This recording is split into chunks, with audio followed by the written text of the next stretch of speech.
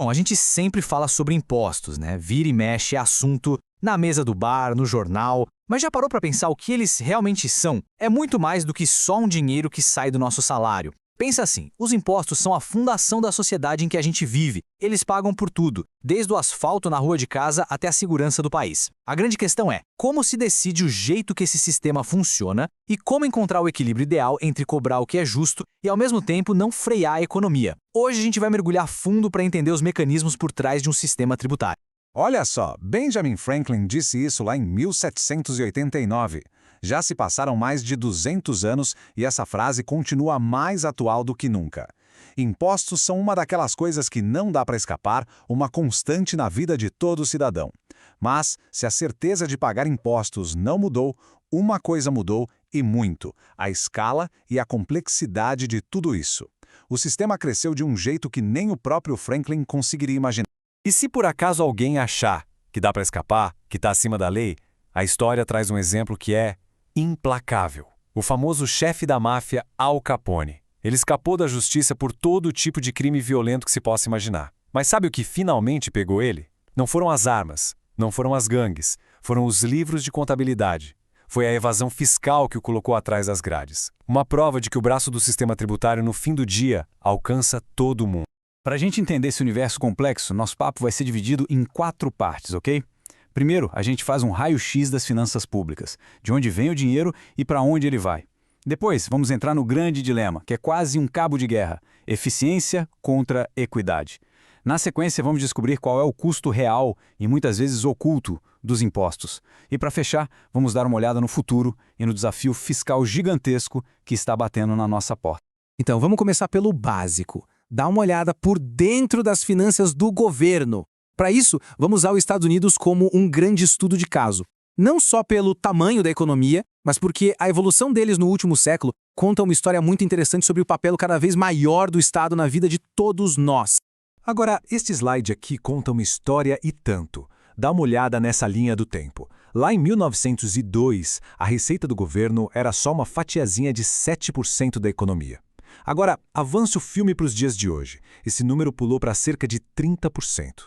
O que essa subida enorme quer dizer? Ela mostra uma transformação profunda. O governo passou a ter muito mais responsabilidades, desde criar redes de segurança social até fazer investimentos pesados em infraestrutura, defesa, a lista é longa.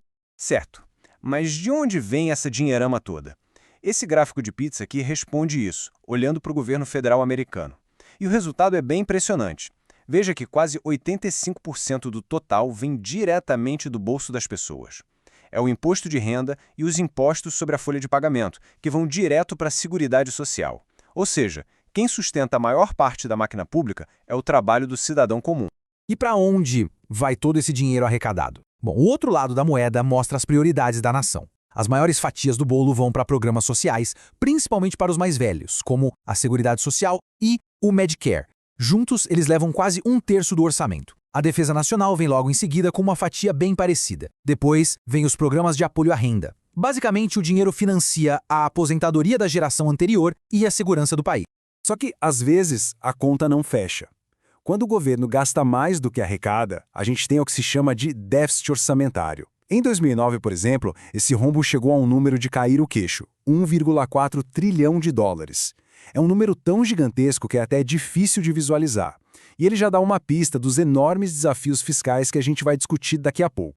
Bom, agora a gente sai um pouco dos números e entra no que é o coração filosófico do assunto. Porque veja bem, criar um sistema de impostos não é só fazer conta. É um exercício de equilíbrio muito delicado. Um cabo de guerra que nunca acaba entre 2 objetivos que muitas vezes jogam um contra o outro: a eficiência e a equidade. Pensa numa balança, daquelas de pratos.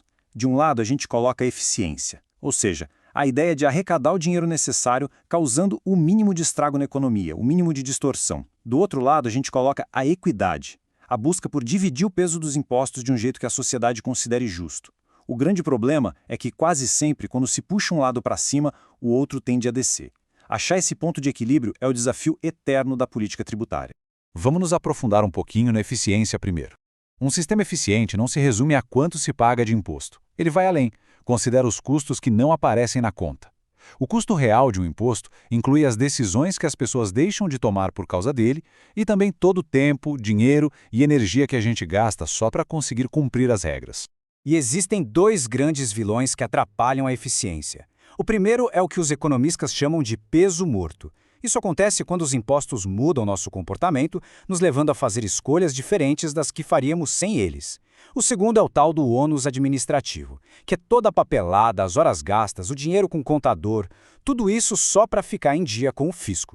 Agora, vamos virar a balança para o outro lado e falar de equidade. Ou, numa palavra mais simples, justiça. É muito fácil falar que um sistema tributário tem que ser justo, mas o que justo realmente significa? É aí que a coisa fica complexa e o debate se concentra em duas grandes correntes de pensamento. De um lado, tem o princípio dos benefícios. A ideia aqui é que quem mais usa um serviço público deveria pagar mais por ele. O exemplo clássico é o imposto na gasolina, que serve para financiar a manutenção das estradas. Faz sentido, né? Quem usa mais as estradas, paga mais. Do outro lado, tem o princípio da capacidade de pagamento. Esse defende que os impostos devem ser baseados na condição financeira de cada um, ou seja, na capacidade que a pessoa tem de arcar com aquele custo. E essa ideia da capacidade de pagamento nos leva a 3 modelos básicos de tributação. Um sistema progressivo, que é o mais comum para o imposto de renda, parte do princípio de que quem ganha mais pode e deve contribuir com uma fatia maior da sua renda. Já um sistema proporcional, às vezes chamado de flat tax, defende que o justo é todo mundo pagar a mesma porcentagem, não importa a renda. E por fim tem o sistema regressivo, que a gente vê muito em impostos sobre consumo, onde na prática o peso acaba sendo maior no bolso de quem tem menos. Qual desses é o mais justo? Bem, essa talvez seja a discussão mais quente de toda a política tributária. Agora vamos mergulhar de cabeça nesse lado mais sombrio da tributação, a ineficiência. Como exatamente um imposto pode custar mais do que só o dinheiro que a gente paga? A resposta, por incrível que pareça, está no jeito sutil como eles influenciam cada decisão que a gente toma no dia a dia. Vamos usar um exemplo bem simples para entender o tal do peso morto.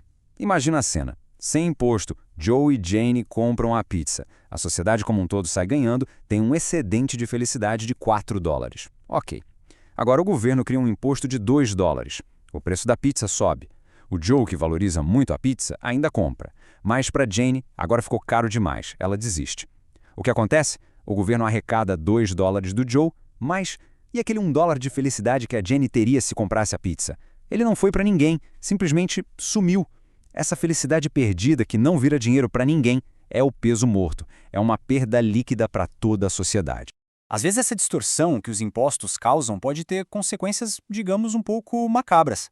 Essa frase é de um advogado dita durante um período muito estranho em 2010, quando o imposto sobre heranças nos Estados Unidos foi zerado por um ano. Isso criou um incentivo financeiro bizarro para que famílias ricas tentassem manter parentes em estado terminal vivos artificialmente só para passar da virada do ano. É um exemplo extremo, mas muito poderoso de como a política fiscal pode interferir até nas decisões mais íntimas sobre vida e morte. Que tudo isso que a gente discutiu nos traz para a nossa parte final, porque esses conceitos de eficiência e equidade não são só teoria de livro. Eles estão no centro de um desafio gigantesco que já está no nosso horizonte, um desafio movido por mudanças na demografia e pelo aumento dos custos com saúde. Olhem para estes dois gráficos, lado a lado. Eles mostram a tempestade perfeita se formando. No gráfico da esquerda, a gente vê a pirâmide de idade se invertendo. A população está envelhecendo, e rápido. Agora, olha para a direita e veja a consequência direta, uma projeção de aumento explosivo nos gastos do governo com programas sociais. A conexão é clara e inevitável. Mais gente se aposentando e custos de saúde cada vez mais altos geram uma pressão brutal e crescente nas contas públicas. E este gráfico aqui deixa essa mudança demográfica ainda mais clara. Em 1950, a conta fechava fácil. Eram 7 trabalhadores na ativa para cada aposentado, sustentando o sistema. Hoje, essa proporção já caiu para cerca de 3 para 1, e a projeção para 2050 é de apenas 2,5 trabalhadores por aposentado. A matemática é simples e preocupante, cada vez menos gente trabalhando para sustentar os benefícios de cada vez mais gente aposentada. E isso nos joga de volta para o nosso dilema central. Para conseguir honrar as promessas feitas para as futuras gerações, os governos talvez precisem aumentar os impostos de forma pesada. Mas como a gente já viu, impostos mais altos podem gerar mais peso morto, mais ineficiência e acabar prejudicando o crescimento da economia como um todo. Não tem saída fácil, não tem solução mágica aqui. As opções da mesa são politicamente venenosas. De um lado, aumentar muitos impostos, com risco de frear a economia e, claro, irritar todo mundo. Do outro lado, reformar os programas sociais, que na prática significa reduzir benefícios que milhões de pessoas já contam como garantidos. É uma escolha entre duas alternativas muito, mas muito impopulares e difíceis. E tudo isso nos deixa com uma última questão, que fica para reflexão. Essa crise fiscal que se desenha no horizonte não é só um problema de planilha, de fazer conta. É, no fundo, um debate sobre valores. Como sociedade, que equilíbrio a gente quer encontrar entre a eficiência da economia e a justiça na hora de dividir a conta do nosso futuro coletivo? A resposta que dermos a essa pergunta vai definir o tipo de sistema tributário que as próximas gerações vão herdar.